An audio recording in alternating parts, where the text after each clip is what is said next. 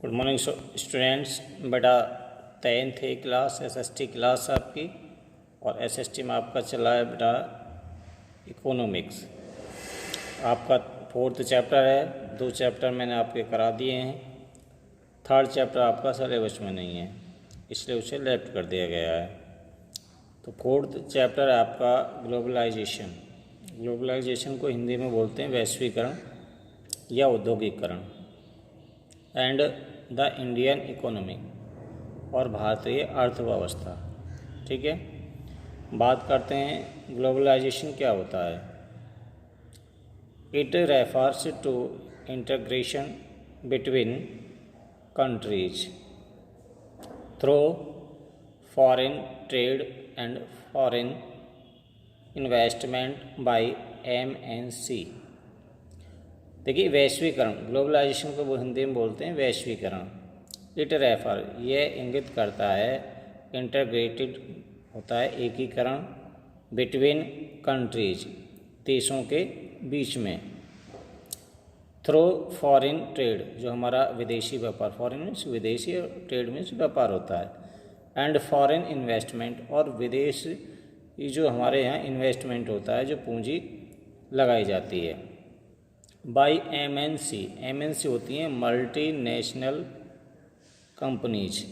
हिंदी में नहीं बोला जाता है बहुराष्ट्रीय कंपनी या फैक्ट्री, बहुराष्ट्रीय कंपनी या फैक्ट्री। MNC क्या है, बहुराष्ट्रीय कंपनी क्या है? ए कंपनी डेट ओवन, एक कंपनी जो स्वयं या कंट्रोल प्रोडक्शन नियंत्रित रखती है, मोर देन वन नेशन, एक ही राष्ट्र के लिए वो प्रोडक्शन करती है, वो बहुराष्ट्रीय कंपनियां कहलाती हैं। टुडे, आज, डिफरेंट, विभिन्न, कंट्रीज, देशें, ऑफ वर्ल्ड, संसार के, have became economically interdependence on each other. आज अगर हम देखें तो पूरे विश्व के जो देश हैं एक दूसरे पर आर्थिक रूप से निर्भर हैं। ठीक है, बात करते हैं नेक्स्ट टॉपिक की, इम्पैक्ट ऑफ ग्लोबलाइजेशन का।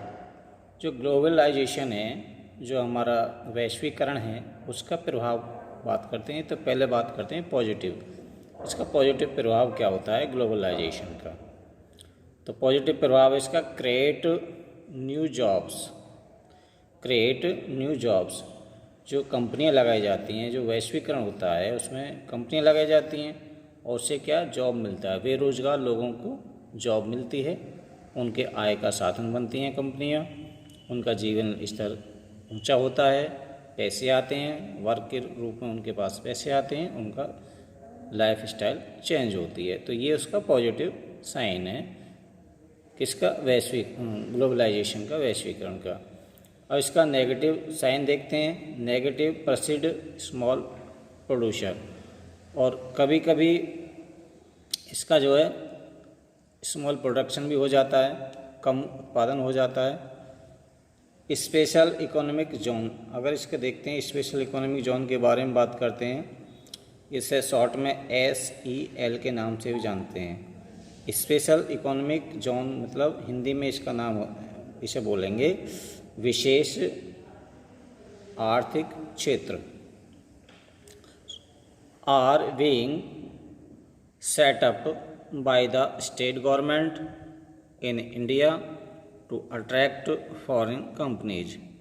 स्पेशल इकोनॉमिक जोन को सेटअप किया जाता है, उसे किसके द्वारा किया जाता है, सेंट्रल गवर्नमेंट के द्वारा या स्टेट गवर्नमेंट के द्वारा। किस लिए किया जाता है, इन इंडिया, इंडिया में सेटअप किया गया, टू अट्रैक्ट फॉरेन कंपनी, विदेशी कंपनियों को आकर्षित करने के लिए। तो ये स्पेशल इकोनॉमिक जोन इसलिए हमारे देश में सेटअप किया गया है, विदेशी कंपनियों को आकर्षित करने के लिए। अपने यहाँ विदेशी कंपनियाँ लगेंगी तो रोज़गार बढ़ेंगे, लोगों का जीवन स्तर बढ़ेगा, सीधी सी बात है। आगे बात करते हैं factors that have enabled globalization, और कौन कौन से फैक्टर हैं हमारे जो ग्लोबलाइजेशन में एकीकरण करते हैं। रैपिड मीन्स होता है तेज़ी से, इम्प्रूवमेंट सुधार होता है इन टेक्नोलॉजी। ग्लोबलाइजेशन होता है तो सीधी सी बात है, ग्लोबलाइजेशन जब ही होगा तब टेक्नोलॉजी हमारी बढ़ेगी, तकनीकी बढ़ेगी, तभी ग्लोबलाइजेशन होता है। डूरिंग सेकंड पॉइंट पे बात करते हैं। डूरिंग 1990 के दौरान Indian government wished to remove the barrier. भारतीय सरकार ने ये जो बैरियर थी, जो रुकावट थी टेक्नोलॉजी की, वो ख़त्म कर दी। Liberalisation of foreign trade and foreign investments, जो हमारे उदारीकरण की जो नीति है विदेशों के साथ हमारे व्यापार की, और फॉरेन इन्वेस्टमेंट्स के साथ एक उदारीकरण की नीति है, पॉलिसी है प्रूव्ड, उसमें और संशोधन किया गया to be boon for India, और भारत के लिए एक वरदान साबित हुई हैं। जो फॉरेन पॉलिसी जो हमारी लिबरलाइजेशन के जो उदारीकरण की नीति है, उसमें भारत के लिए वो क्या हुई है, एक वरदान का साबित हुई हैं। Local companies have also get benefit by MNC। जो लोकल कंपनी है, स्थानीय कंपनी जो हमारी हैं, उनको भी MNC कंपनी से लाभ प्राप्त होता है। तो MNC कंपनी से बहुत सारे लाभ होते हैं। टेक्नोलॉजी बढ़ती है तो इन्वेस्टमेंट होता है तो वैश्वीकरण होता है, ग्लोबलाइजेशन होता है। ग्लोबलाइजेशन से क्या होता है, लोगों को रोज़गार मिलता है, जॉब मिलती है, और आपके जो देश की अर्थव्यवस्था सुधरती है। नेक्स्ट है आपका world trade organization. World trade organization विश्व व्यापार संगठन इसको हिंदी में बोलते हैं, शॉर्ट में इसे WTO भी बोला जाता है। और ये कब सेटअप किया गया था, 1995 में। बाय डेवलपमेंट कंट्री किसने किया था, इसे विकसित देशों ने स्थापित किया था 1995 में। किसको किया था, world trade organization. Is a organization whose aim is to liberalize international trade। एक अंतर्राष्ट्रीय व्यापार को बढ़ाना इसका उद्देश्य होता है।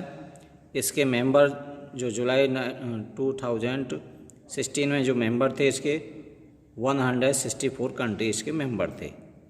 तो इस तरह से हमारा ग्लोबलाइजेशन चलता है। जो ग्लोबलाइजेशन से पॉजिटिव साइन क्या होते हैं, नेगेटिव साइन क्या होते हैं, वो आपको बताए।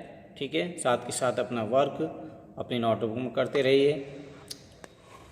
ये आपका 4th चैप्टर था आज इकोनॉमिक्स का।